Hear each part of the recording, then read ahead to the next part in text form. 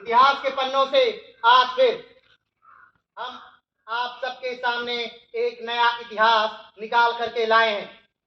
तो आइए जानते हैं इतिहास में आज की तारीख को आखिर क्या घटित हुआ था। 31 अक्टूबर 1875 को सरदार वल्लभ भाई पटेल का जन्म हुआ था।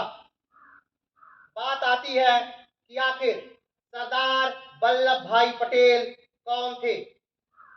क्या वो कोई सरदार थे जो पगड़ी बांधते थे? नहीं, उन्होंने अपने कर्मों से, अपने कार्यों से, अपनी महानताओं से ये उपाधि प्राप्त की थी।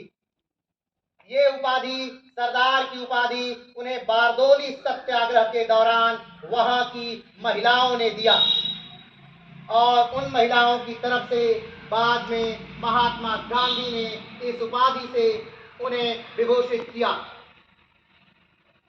सरदार पटेल कोई साधारण व्यक्ति नहीं थे। सरदार पटेल अपने समय के सबसे बड़े वकीलों में से एक थे और उस समय के विधानसभा के अध्यक्ष रहे विट्ठल भाई पटेल के भाई थे।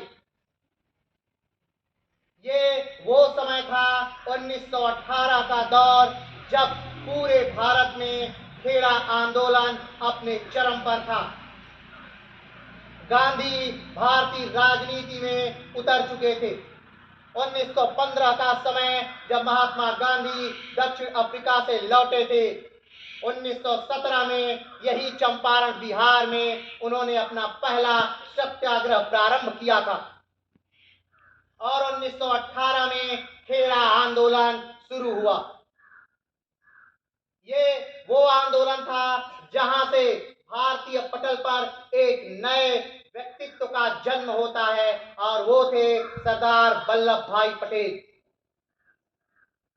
सिर्फ आजादी से पहले ही नहीं, आजादी के बाद भी उनकी उपलब्धियां अनगिनत हैं। आजादी के बाद वो भारत के पहले गृह मंत्री के तौर पर जाने गए और पहले उप प्रधानमंत्री के तौर पर भी जाने गए। जब वीके मेनन के साथ वो भारत भ्रमण या यूं कहें कि भारत को जोड़ने के लिए निकले, तो एक कहावत के अनुसार उनके टोकरी में कोई भी सेब नहीं था। लेकिन जैसे जैसे वो भारत में घूमते रहे, उन्होंने भारत के सारे रजवाड़ों को, भारत के सारे राज्यों को, भारत में अभी तक के जितने अलग अलग 565 रियासतों को एक में जोड़ने का प्रयास किया। और जब वो पुनः दिल्ली आए तो उन्होंने पूरे भारत को जोड़ दिया था। अगर वैश्विक पटल पर देखा जाए तो आज विश्व की सबसे ऊंची मूर्ति भी सरदार वल्लभ भाई पटेल की ही है, जो कि नर्मदा जिले में साधु बेटा द्वीप पर स्थित है।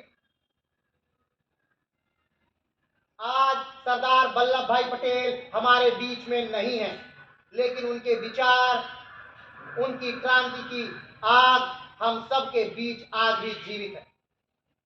सरदार वल्लभ भाई पटेल ने हमारे राष्ट्र के लिए बहुत बड़ा योगदान दिया। अगर यूं कहें कि सरदार वल्लभ भाई पटेल को भारत का बिस्मार्क कहा जाता है तो ये अतिशयोक्ति नहीं होगी। तो इतिहास के पन्नों से आज के लिए सरदार वल्लभ भाई पटेल। फिर मिलेंगे एक नए इतिहास के साथ, तब तक के लिए जय हिंद।